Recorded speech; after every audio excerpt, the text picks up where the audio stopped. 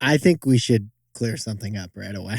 You want to address the glucose in the room? Not too long ago, we found ourselves in a controversy. It was a berry controversy. Berrygate. Berrygate. So we had on Instagram a video. You have them. Of Nick eating a strawberry. I feel like you're bringing out a surprise studio guest. And I feel complicit in the crime because I witnessed Nick eat a strawberry. And I've seen Nick eat strawberries before. But Nick, how do you eat a strawberry? Okay, this is how I eat the strawberry. And you can, ready? Okay. I just want to point out to those only listening and not watching on YouTube, Nick just ate the strawberry from the back side. So he put the entire green stem into his mouth and then the rest of his strawberry into his mouth as well. To make sure there was no misunderstanding there. Jack, do you have my attention undivided? Okay, Nick, what you're doing right now is highly unorthodox. He's putting the entire strawberry into his mouth. Now, the last time this happened was on Instagram 1 month ago. Oh, my God. And about 300 of you commented, did Nick just eat the stem of the strawberry? Can I make a little public statement defense of myself right now? Here's why I eat the whole strawberry. I got 4 reasons for you, scientifically verified. You ready? Mm-hmm. First, precedent. You eat the whole blueberry. Yeah, but they don't have green leaves. I'm not done yet. Second, it's the healthy thing to do because the top of a strawberry, that green part, it's like a salad of fruit. So a giraffe eats the leaves. So should we? And it's basically a lettuce on the strawberry. Okay, what else? Third reason why? Sustainability. You're going to throw out like a third of the strawberry? I mean, I'm seeing people, they're walking around. It's usually inefficient. Then they have to wash their hands. I just popped the whole thing in my mouth. What's reason number 4? Financially responsible. You bought the whole berry. You don't buy a hamburger throughout the patty, Jack. You eat the bun and the burger. Now, I know that Nick eats the entire strawberry. I know it's weird. I've come numb to it. That's why in the video where we posted it, I didn't react. Jack, can I just remind you of something here? If you're not eating the whole strawberry, you are being hypocritical, unhealthy, anti-climate, and fiscally irresponsible. Not to mention, I have to go find somewhere to throw away the stem if I don't eat it. Yeah, you like forget stuff and get lost. Meanwhile, I'm enjoying the party still because I just ate the whole strawberry. I don't have to go to the bathroom and wash my hands. And can I ask a little question here? Sure. I don't think the burden should be on me to defend why I ate the whole strawberry. The burden should be on you as to why you bite off 2/3 of the berry. Okay. And then throw out 1/3 of this thing. I'm literally sweating because your arguments have been so persuasive. I've never felt better, Jack. So you've turned the tables. And you're asking me why I don't eat the stem. Yeah. Why are you throwing out part of the berry and like running around like a madman? You've converted me. Thank you. No, like prior to this, I've been eating entire strawberries for a while now. Jack, after this comes shrimp tails and apple cores. Let's save that for another hotline pod. The Church of Strawberry. Nick just started it, and I'm the first convert. Yetis, I'm preaching, and there ain't no stop to this sermon. Jack, let's hit our hotline pod. Hey, you've reached Nick and Jack at the TBOY Hotline. We couldn't get to the phone right now, but you know what to do. Leave a message after the beep. Leave a message, ask us any question, and we will answer your question live on the TBOY Hotline podcast. We'll get back to you. You know what to do. This is Nick. This is Jack. And today's TBOY Hotline pod is the best hotline yet. TBOY Hotline, where you're in charge. You ask questions, we answer them. Jack and I are going to talk about investing, life, money, Pringles, jingles. We're eating strawberry stemgate. Oh, and then Jack, the T-Boy matchmaking. T-Boy matchmaker. We're saving that for the end. That's good. We're also going to say whether entrepreneurs are better off being single or being coupled up. This is episode 2 of T-Boy Hotline. We hope to do this monthly. So if you have a question, make sure to send it in to nickandjack@tboypod.com. We got the phones ringing. We got your voicemails. We're getting your voices on the pod. And Jack, should we hit the dials, man? Operator? Speaking of telephone, we got an operator, Rachel. Representative. Our creative director is calling in right now. She's going to handle your questions. Rachel, pressing 0. What's going on over there at headquarters?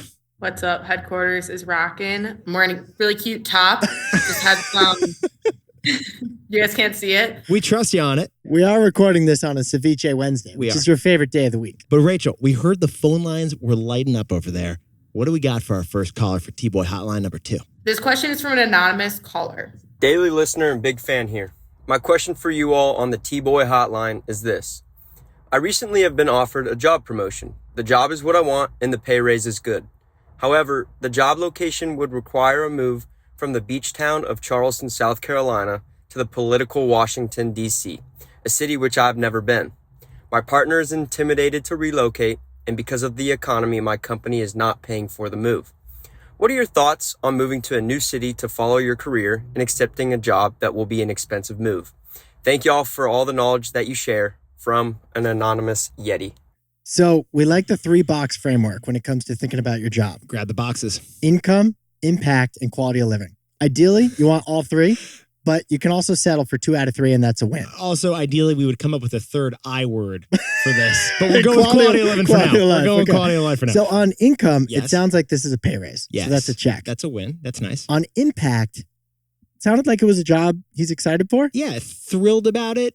There was good enthusiasm in the Sounded voice. like a good job. So I think that's a check. Check. So quality of life, that seems to be the issue here. And can we just say 2 amazing cities? Like DC is a lovely place. And Charleston, we got engaged in Charleston. Zero George Hotel is stunning. I mean, you could have oysters for days. So they're both great places. But they're different places. True. One is a coastal colonial town. One is a metropolitan city. So I think the quality of life is the big question here. And so you mentioned your partner is anxious about going there. There's a conversation to be had there.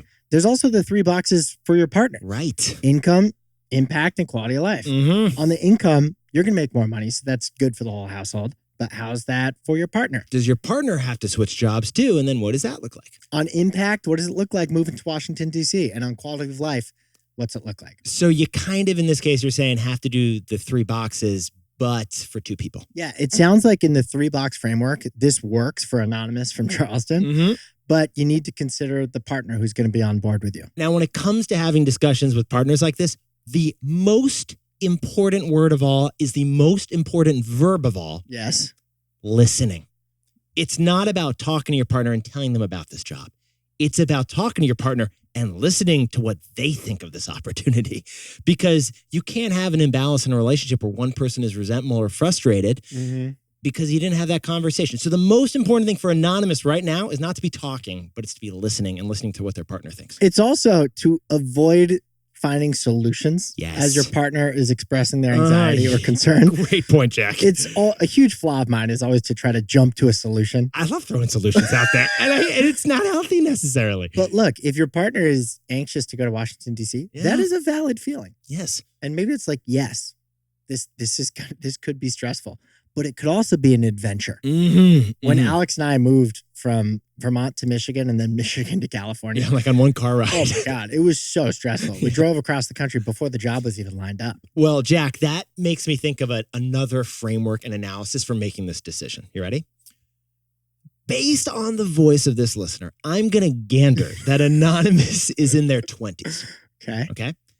Your 20s are for trying. Yeah. Your 20s are for trying. Yes. Because it does become harder with life later on to try new things. Oh, totally. So with your 20s, we're not saying every time you have to try something new, but when opportunities present themselves in your 20s are for trying. Yeah. And so that's a great reason to take a leap. I also think everyone should live in a city at some point. Yeah. I don't know if you have yet, and maybe Charleston's your dream town and maybe that's a reason to stick with it. But unless you're like super committed to Charleston, I think Washington, D.C. would be amazing. They have great oysters in D.C. too. And you know what?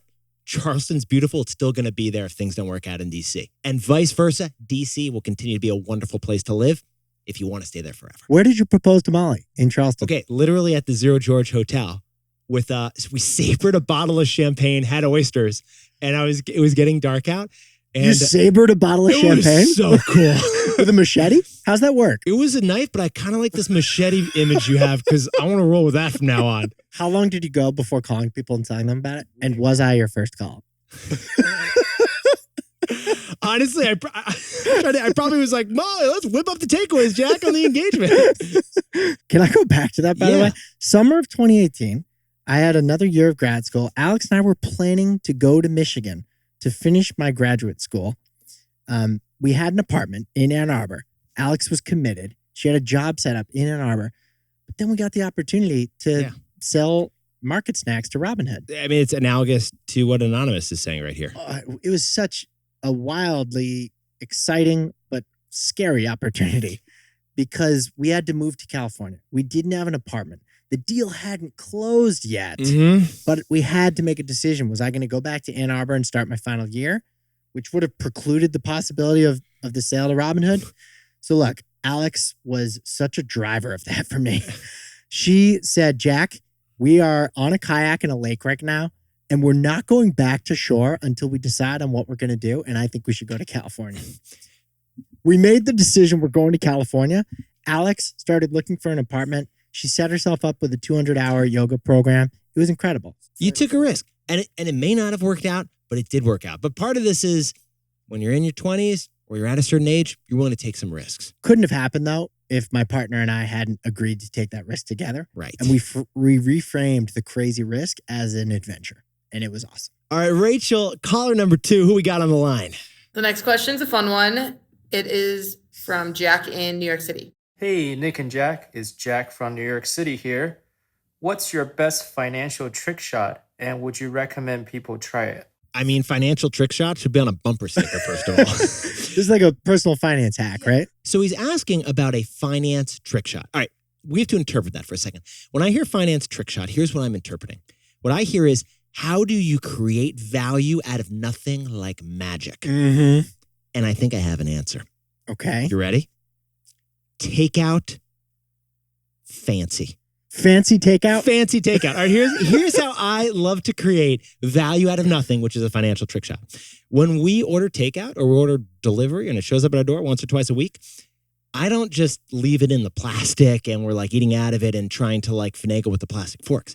I'm getting the top shelf china out. Yeah. I'm getting the fancy chopsticks we bought in Japan out. The best napkins in your pantry? Jack, we may be drinking kombucha, but we were drinking it out of the wine glasses that were on our wedding registry. Now, I've witnessed this. We did this actually this week when you were We here in San ordered Francisco. Suvla last night. Yeah, we did. And we removed them from the takeout boxes, put them in some gorgeous china. Yeah.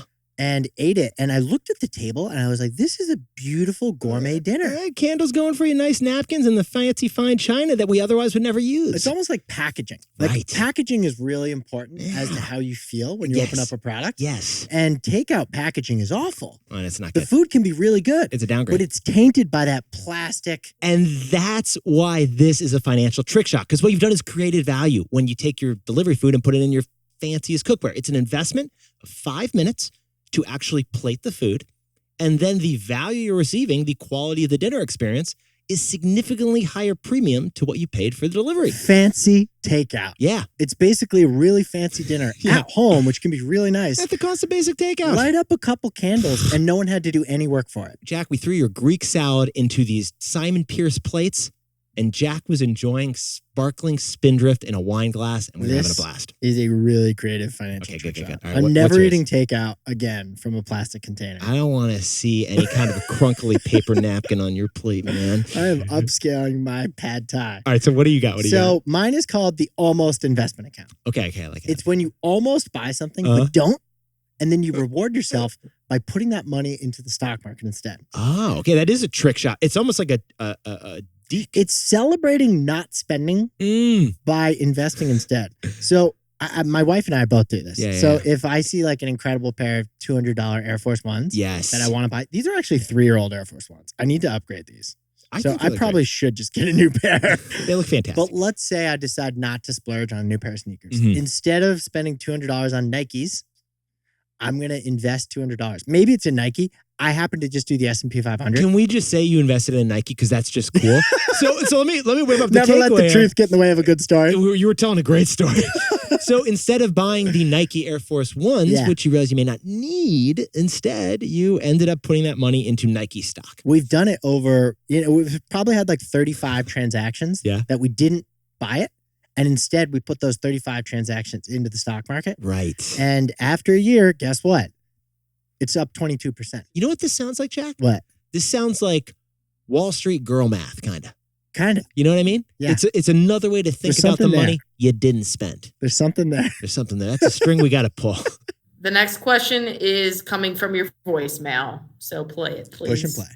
Hi, this is Heidi in Houston. The cost of education is going up, but as a return on investment, how do you think having a master's degree, like an MBA, sets someone apart from someone without one? What about the saying your network is your net worth? And how can networking outweigh an advanced degree? I mean, we could talk about the MBA side because we went to business school, but I kind of am obsessed with that last line that I've never heard before. Your network is your net worth. Your network is your net worth. I mean, it sounds like a takeaway we'd whip up, but I don't think we've ever said that. And I kind of want to put it on a pillow. I mean, we have a vast network. Nick Yes. is one of the best networkers out there. I kind of wish it was the business card days, Jack. I wish we had a little T-Boy business card. One networking opportunity has led to another so many times. Mhm. And I think that's the most powerful thing. One door opens up another door, and the second door is bigger than the first door. Here's a way to think about networking as a visual. Your network is a plant. It's a pretty plant. It's a fig tree plant that's in your room. It's like the one right behind you, Jack, the giant palm tree over here. But that network is a plant. And that means like it's beautiful. It gives you joy. It gives you opportunity, but it needs to be nurtured like a plant. It needs to be watered. It needs How to do be you maintained. nurture it? Okay. Great example, I think, of us nurturing a plant is our spreadsheet that is literally labeled network. So, all right. So, yeah, here's what Jack and I do. We have a spreadsheet labeled network, a Google spreadsheet we both had to. And since like 2016, we just add every business partner we meet's name to it, their job, their location, and something interesting about them. And then when Jack and I have opportunities come up over time, we just go through that doc. We'll spend 5 minutes reading through it and being like, that's the person. The one person we met at CBS in 2020 who we think is relevant to this random thing in 2024. And we've got all their info right there. I know that sounds kind of like clinical, Yeah, the fact that we take notes, but that's how you have to network. It's true. You can't burden your brain with remembering everything. Right. Oh my God. You would Have an organized system. Previous generations had a massive Rolodex with notes on the back of the business cards. Right. This is totally normal to have a spreadsheet with like members of your network who you can tap into. Who knows how, who knows when, but at some point in the future, and it will benefit you. And this is why this network is like a lovely fiddly fig leaf tree, is because you got to water it. Jack and I go into that doc like every month and we're like, hey, this person who we met at CNN, this person who we met at Facebook, like we want to add these connections in. And we know that we can just literally read through it like an easy Rolodex and nurture it over time. And it's going to come back and keep blooming. Fascinating thing about the network is that one networking contact can lead to a bigger one. Think of it as like exponential. Mm-hmm. For instance, we had that opportunity to speak to McDonald's that one time. Right. What was that? A few months ago? Yeah, in the fall. We were going to speak at a McDonald's corporate event because we got invited through a member of our network. I don't think we've said this publicly, by the way. We have not told the story publicly. Here's the thing. We almost said no because we looked at the opportunity and it was not a paid opportunity. Right. And we had to do some work for it. And so, why are we even doing this? Right. It's easy to look at the situation and be like, okay, you're going to do a lot of effort. You're going to prepare a whole presentation. You're not going to be paid for it. We decided to do it because it expanded our network. Mm-hmm. We knew that room was going to be full of a lot of powerful people. A lot of people in media and in advertising. Yeah. And in food because it was McDonald's. And we wanted to get in front of that audience and let them see us. And we did a great job. It was the best one yet. It was so much fun. And a couple months later, we get invited to present in front of Upfronts, which is the biggest advertising event of the year. We were told explicitly that we were invited because they saw us at the McDonald's event. And we're like, whoa, you were there? That was awesome. By the way, Ronald McDonald is that person. So, Heidi, getting an MBA or a master's degree, it will expand your network because everyone there has the same intention, which is to build their network. But we just want to say you can also build your network without a master's degree. Right. It's not the only way to build a network. It requires saying yes, getting out there, meeting people, taking notes on them, and then realizing that meeting one person and saying yes to one thing can open up the door to a whole bunch of other things. Jack is so good at this. If you think about like what you need to know about someone to make a connection, you need to know their name, because you don't know their name, it's weird. You need to know their contact info, their email address, so you can actually get in contact with them. And then Jack knows an anecdote about the person's like extended family when they studied abroad in Tucson like 7 years ago. Jack will pull up a detail about someone's kid playing softball. Jack will literally know how many RBIs your cousin hit. And he will bring it up in a conversation and it lights other people up. So I think that's kind of your secret with networking is you got the name, you got the contact, and then you know a best fact. I'm really good at remembering hometowns. Yes. And that is like such a fun way to connect with somebody. Jack will be like, Schenectady, New York, zip code 01234. And they'll be like, I didn't know that about I know a lot of Schenectady. fun facts about a lot of small towns. Yeah, that's a good one. Rachel, what's your next question? I have a question. Who is the most valuable person in your network? Without question, the most valuable person in my network is my wife. Yes. Before I had her as my partner, I was not confident enough to be an entrepreneur. We were side hustlers. Yes, we were. And you were driving me in a great way, which was incredible. You were such a good partner. Yeah. But we were side hustlers, and I never thought that I could be an entrepreneur. Mm-hmm. I didn't grow up around entrepreneurs. My family didn't really understand entrepreneurship, so it just never fit the label for myself. But then Alex asked me, Jack, why not you? Why can't you and Nick build the next great media company for millennials, covering business news in a different way? Why not you? Yeah. She kept asking me that. And I was like, I don't know. I guess you're right. Let me tell you, on LinkedIn, no one's saying that to you, Jack. Alex challenged me and said, Jack, you should do this more. It shouldn't be a side hustle. You have an opportunity to go full hustle with Nick. Go for it. You know, it's such a funny way to think about it, but like, you're right. Your partner is your network, and they're the closest person in your network. And when you think about like what makes a strong network, it's trust. Who do you trust more than each other? And like, of course, we're our network together. But like Molly, like, who else would I trust more than Molly on stuff? And bringing questions to her and ideas.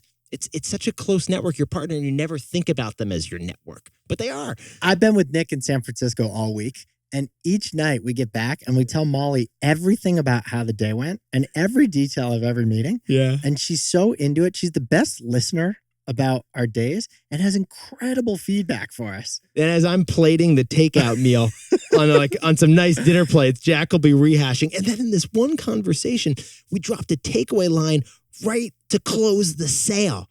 And then Molly will like jump in and be like, well, was your pitch like this? I'm like, oh my God, we didn't think about it. Next time we'll pitch it like that. Yeah. Not only do our wives provide like insights and really good feedback and a new perspective, because sometimes Nick and I are in the weeds of our day-to-day podcast production.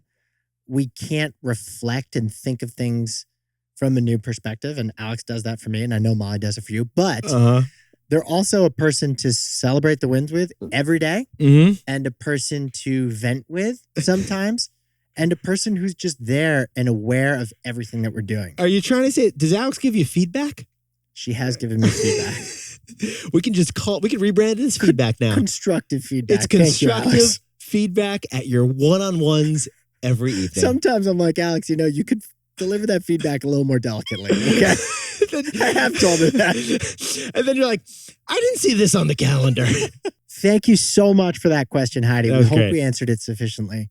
Rachel, what's the next question, please? What do we got? Now we have Caroline Buckheit in Naples, Florida.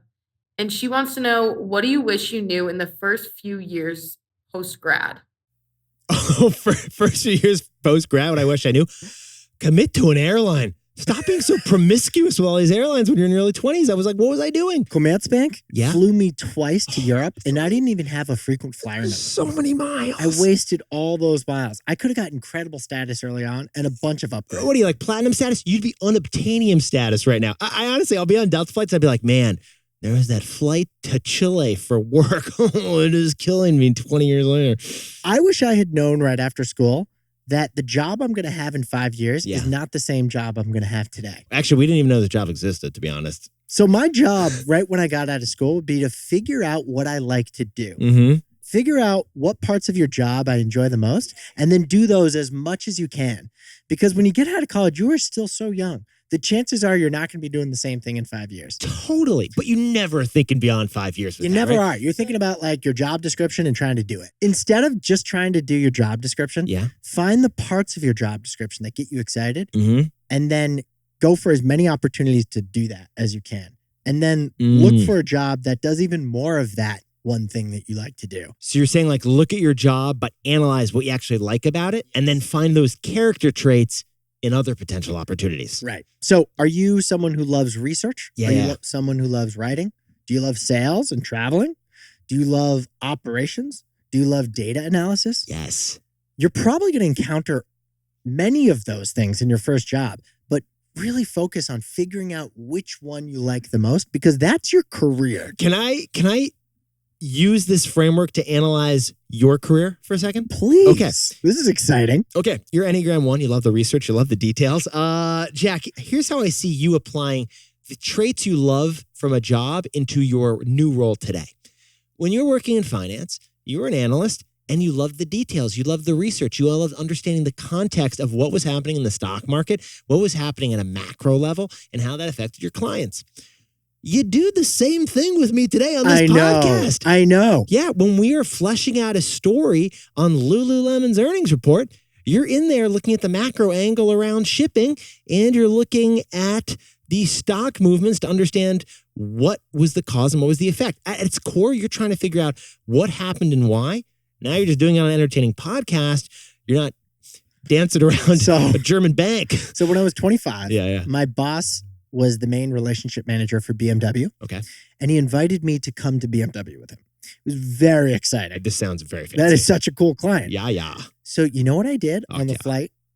I read the entire annual report that BMW had published 6 months prior. And Jack, what did you do for our podcast this week about I read BMW? The BMW report again. When I was 25, I realized I freaking love going deep on these businesses. Yeah. And truly understanding the ins and outs. And now we do that today. You don't have to do that role at a bank. You can do it, apparently, as a podcast host. So I figured out Yes. shortly after college that I love doing research on companies and then synthesizing them in fresh, unique ways. Speaking of synthesizing, can you whip this up into a takeaway, what you're describing for the Yetis out there in terms of this question? In your first job, you should figure out what you like to do and then do that thing as much as you can because you're building the foundation of your future. In 5 years, you're probably not going to be at the same company as you are today.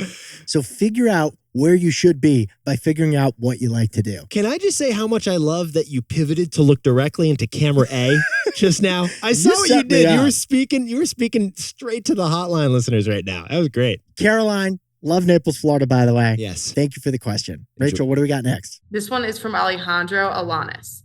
And this is a two-parted question. The first part of the question is, what is your favorite Bluey episode? Favorite Bluey episode? The Chinese takeout one. It is incredibly comically stressful. Really? Yeah, it's pretty amazing. They managed to have the music go really, really quickly as they're eating at this restaurant and everything kind of falls apart. It's a little freaky, but it's really enjoyable. Favorite Bluey episode? Rug Island. The father makes pretend that he's on an island with his kids. Yeah. And it was inspirational for me. I think that's something you could do. I mean, I've yet to play pretend like that with the boys. Wow. And I need to do that more. The pod son would love that. What's the second part, Rachel? This takes a turn. The second part of the question is, do you think the Fed will drop rates this year? Is there a Bluey episode about that? I can't remember. Monetary policy? I think Jerry Powell makes a quick appearance and then they have to solve the case. My favorite Bluey episode is quantitative easing. So the question is, will the Fed raise interest rates this year? I think was the question. I don't think the Fed's going to cut interest rates this year. Inflation is just too big a risk. We need to put this darn thing out. Inflation can destroy an economy. Oh, totally. We're complaining about the 9% inflation we had a couple summers ago. Rightfully so. 9% inflation squeezes household budgets by 9%. That's painful. Yeah. But we have seen multiple countries have inflation that's so bad, it destabilizes the economy to the point that the government falls apart and some kind of revolution happens. Inflation can be like a disease that just stays and stays and you can't get it out of your system. And gets worse and worse and worse. Bad inflation begets worse inflation, which begets worse inflation. It happened to Germany in the 1920s. It led to the Nazi era. It happened to Turkey a few years ago. They have 90% inflation right now. Today, prices are 90% higher than a year ago. It is just like a wildfire. It can spread massively.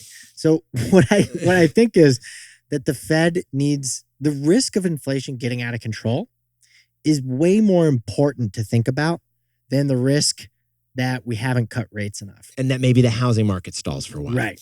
One way to think about what the Fed is doing right now and why they're not dropping rates yet is something from carpentry and from woodworking and from like DIY housework.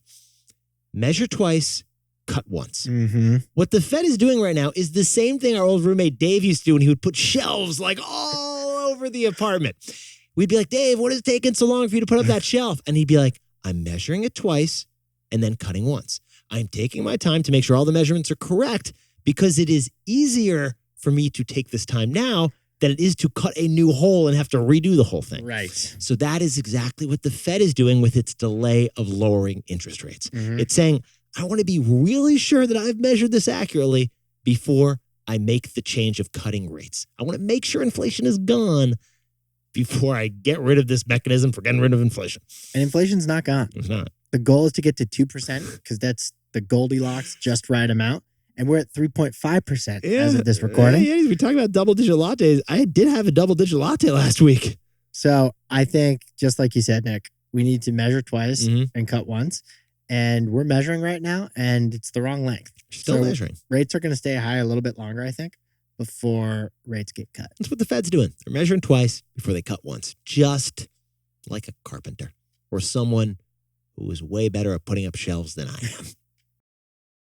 Now, a quick word from our sponsor. This next one is from Jessica Hewins in Rollinsford, New Hampshire, just outside of Boston. Just outside Boston. Jack, this one's on your voicemail. Hi, Nick. Hi, Jack. I'm curious, what's the backstory with your theme song? Did you write it? Did someone write it for you guys?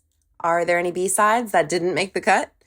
As far as podcast songs go, in my opinion, it's a T-Boy. The T-Boy jingle. Yeah, to understand the T-Boy jingle, we got to go back 6 years to a room with one of Robin Hood's co-founders. It was actually Beiju's idea. Yeah, it was. To have a jingle for our original podcast. Right. We were all sitting in the room trying to figure out how are we going to do these legal disclosures in the podcast and not make them super boring. Yeah, just to sprinkle out some context, Yetis, Jack and I had sold our company to Robinhood. We were there and we had transitioned the podcast over to Robinhood as Robinhood Snacks Daily. But we were being told we needed to include legal disclosures in there. And we were like, all right, this is a fun, entertaining, up-tempo podcast. What are we going to do? How are we going to suddenly say this is not financial advice? Where are we going to put that? We were part of a big financial institution, and Beiju came up with this brilliant idea that was inspired by Virgin Atlantic Airlines. What he realized was that airlines had the same disclosure issue we did in the finance industry. So he was like, just like they have to tell you, put on your seatbelt as the flight's taking off, all armrests must go in the upright and locked position. Put your mask on before you help others with their masks. What Virgin did is they created a really enjoyable, entertaining, musical-like, deserves an Emmy video of their safety procedures. They made it musical. They made it fun. It was great. They talked about TSA standards and FAA regulations Yeah, they did. through like a Broadway-style 2-minute video. So basically, we kind of sucked the idea. Or rather, we stole like an artist on this one. And we decided to come up with a jingle when we were at Robinhood for our podcast then, which was the Snacks Daily jingle. But then, when we went independent in 2022 and called the show The Best One Yet, we wanted to keep that going because starting the show with a jingle was just such a fun, powerful way to start my day. T-Boy sitting on your Atlas, Jack. We used to commute to work together Yeah. in the same car at like 6:30 a.m. And Really? hearing that jingle just lifted me up. We always listened to the content and we were like, that was something that could have been such a downer, but it was such an upper. So we used the same idea when we relaunched independently as The Best One Yet. We reached out to a couple of musicians in Austin, Texas called Black. Incredible rappers down in They Austin. happen to be fans of the show. A duo that isn't just amazing. So we told them, since we don't need to do legal disclosures Right. because we're not part of a finance institution anymore, can you just tell our audience like about us and about the show? This was magical. We literally gave them our brand strategy document Jack and I use for like business decisions, and they interpreted our brand strategy into musical notes so that this music was literally meant for our brand, T-Boy. Kind of an epic 30-second biographical rap jingle Oh to my open God. up the show. Do you remember the inspiration songs that we shared with them? I don't Baby actually. Boy, Do The you? Prince. We had some like rap songs that we shared with them. Fresh Prince of Bel-Air Yeah. was actually an early inspiration. We were like, we want something that we gave them like a mood board audio-wise. H to the Izzo was one actually by Right. Jay-Z. And Beyonce was another. Funny enough, they're married. and we loved how like Fresh Prince told a story through the lyrics. In West Philadelphia, born and raised. On the playground is where I spent most of my days. Jack, Nick, that's it. Same kind of storytelling in both of them. Thank you for reminding me of the Fresh Prince of Bel-Air. Boy, that detail. was one of the most amazing creative endeavors ever. So we had a couple of backs and forths on the creative, and we ended up with an unbelievable product that we're very proud of. That jingle is a T-Boy. I love that thing. Rachel, what's the next question? Rachel, what do we got? Now, this next one isn't a question. It's a pitch from a Yeti as part of our new segment we're adding. Can you guys sprinkle on some context before we play her recording? This is exciting. We got matchmaking, Jack? Tell it. Oh, we got matchmaking. You got Yetis. this. Okay. Here's what Jack and I were thinking. We noticed there are all these incredible besties and Yetis out there launching companies. Also, let me quickly point out, people have gotten married through this through a mutual love of this podcast. They've gotten engaged. They've started companies together. It's wild. Through a mutual love of our show. And that means so much to us. So we're trying to give this matchmaking idea of people coming together because of our show. We're trying to give it a platform. And we're applying it to business. Basically, Jack and I discovered that we got Yetis who want to be match made with a fellow co-founder, don't we, Jack?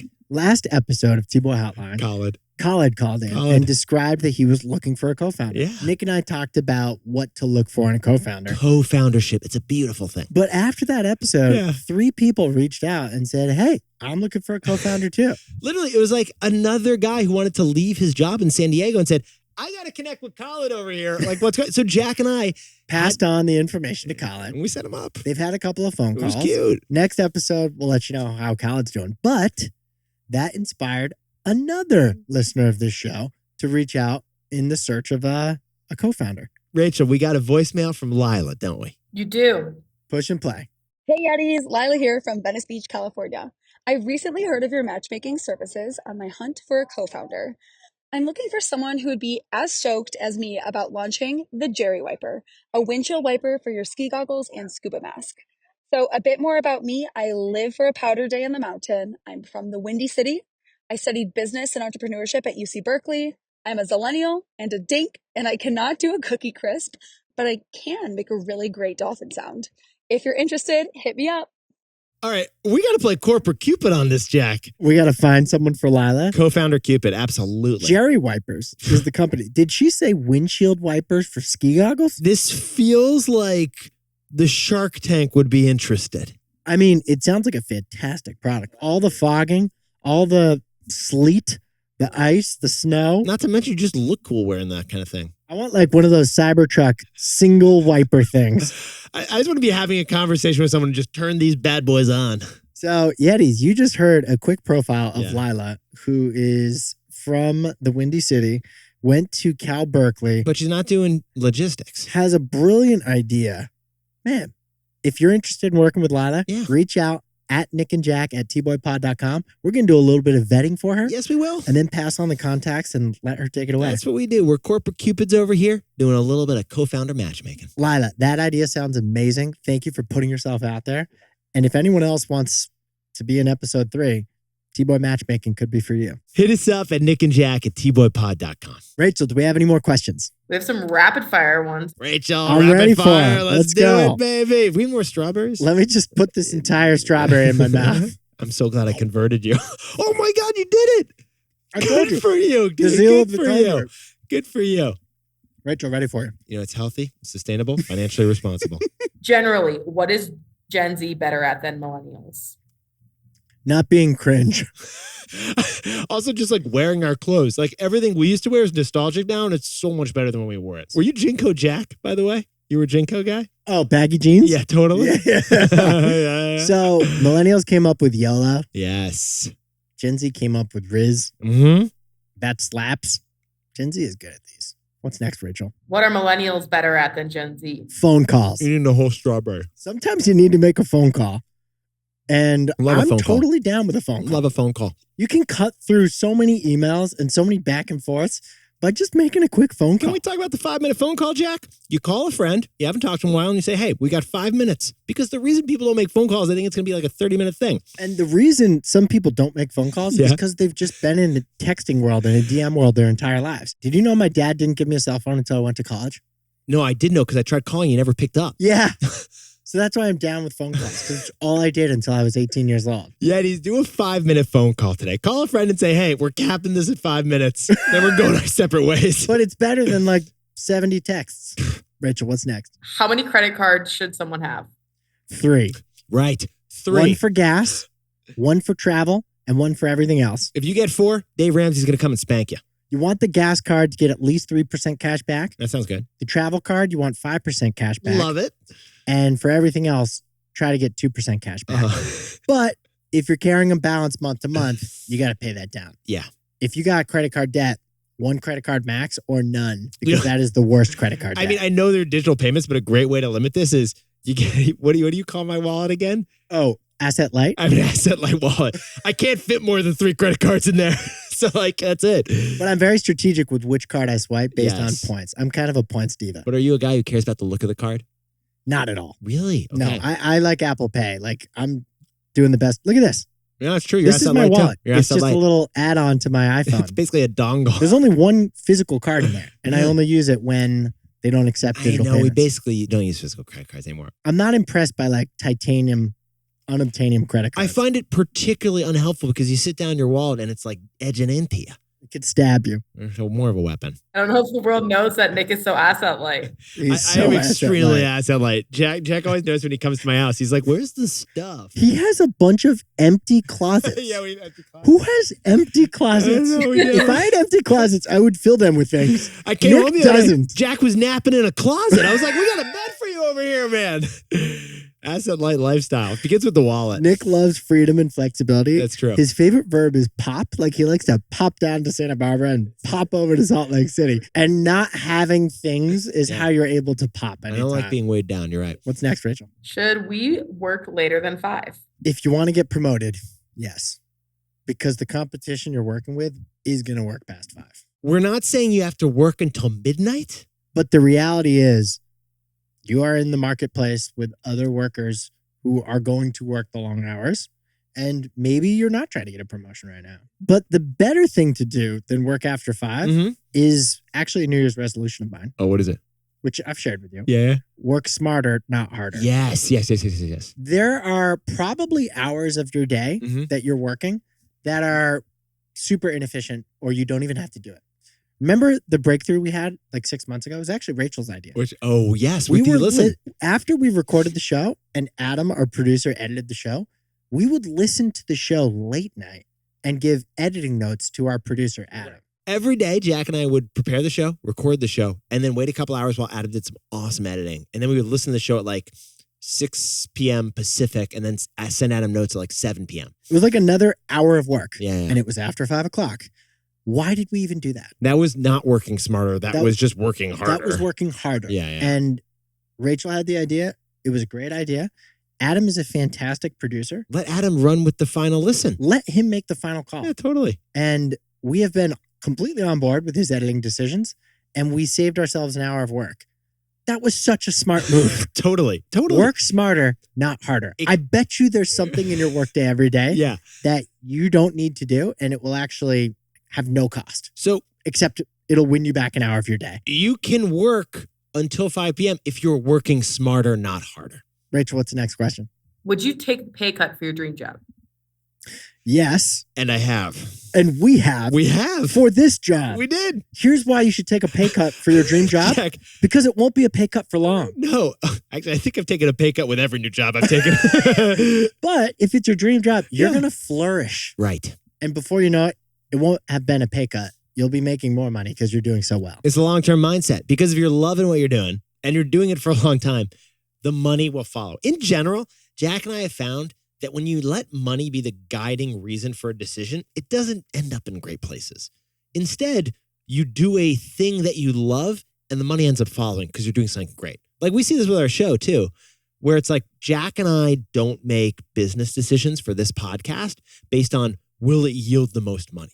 We make decisions based on will this grow the audience and then will this engage the audience. Everything Jack and I do falls into 2 buckets, growth or engagement. Mm-hmm. If it grows the audience, that's great. Eventually, the show will monetize that and we'll make money off of it.